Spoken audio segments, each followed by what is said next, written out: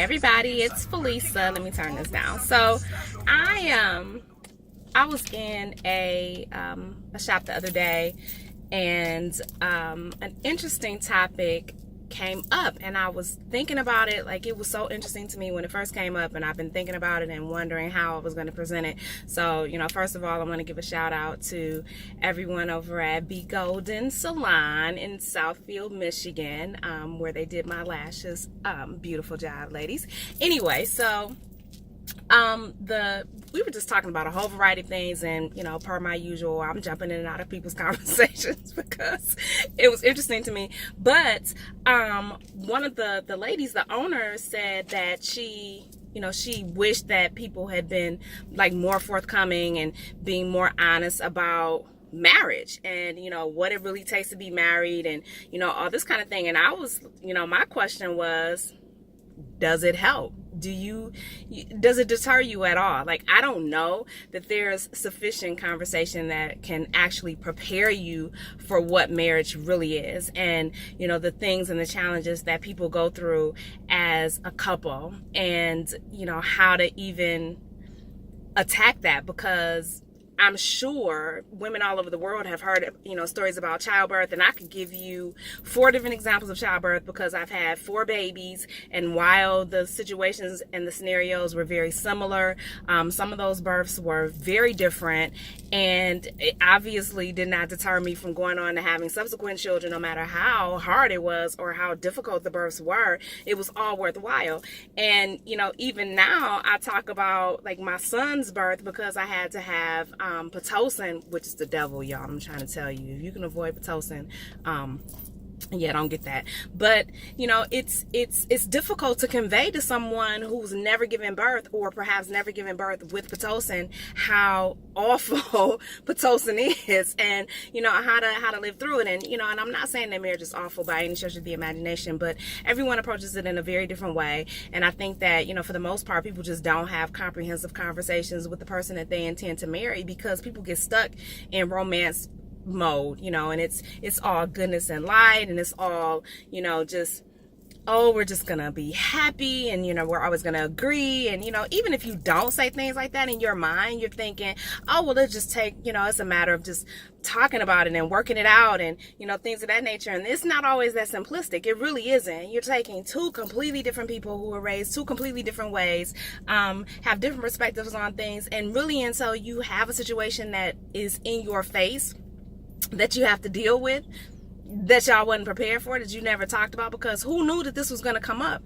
I don't know that there's adequate and sufficient preparation for that. So as someone who has been married before, and as someone who looks forward to being married again, I always think about that in terms of how difficult marriage really is, and how every day you must make a decision to remain in this marriage, how every day you must make a decision to love this person despite all of the craziness and the insanity that might be thrown at you on any given day or at any given time. And then when you have the usual suspects, breakdown in communication, lack of sex, lack of interest, perhaps outside relationships, perhaps outside children, by way of cheating or infidelity.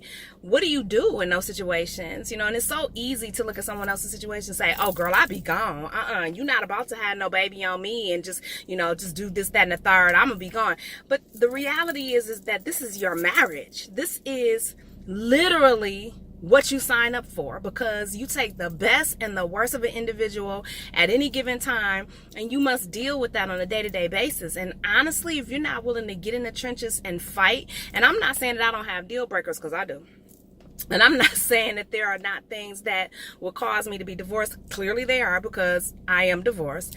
But, I don't want a second failed marriage. And so I think maybe that's why I have such trepidation about, rushing into marriage, and, wanting to hurry up and be married, and, really making sure that I'm ready you know, for that level of commitment, that next stage involvement. You know, it's I don't know that you ever are adequately prepared. Number one, let me say that. I don't know that your girlfriends or, you know, your guy friends can actually tell you all the ins and outs of what there is when it's marriage. That, you know, you go above and beyond the call of duty when you don't feel like it. That, you know, you are catering to your spouse because that's love in action, you know, and it should be reciprocal.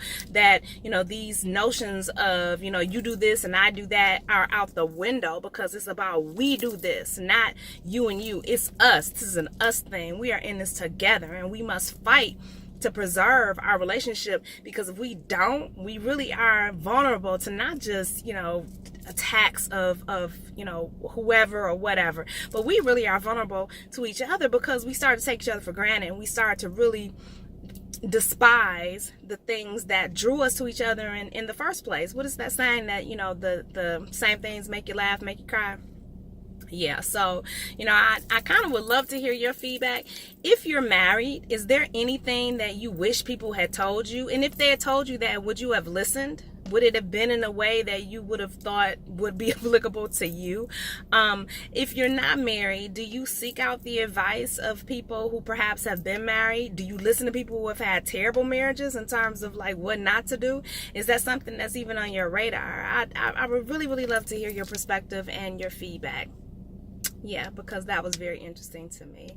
Anyway, I hope that you all are enjoying your day. I wish you well on your journey, and I will talk to y'all later on. Don't forget to leave your comments below. Don't forget to like this video, and please don't forget to subscribe. I love y'all. Talk to y'all later. Bye.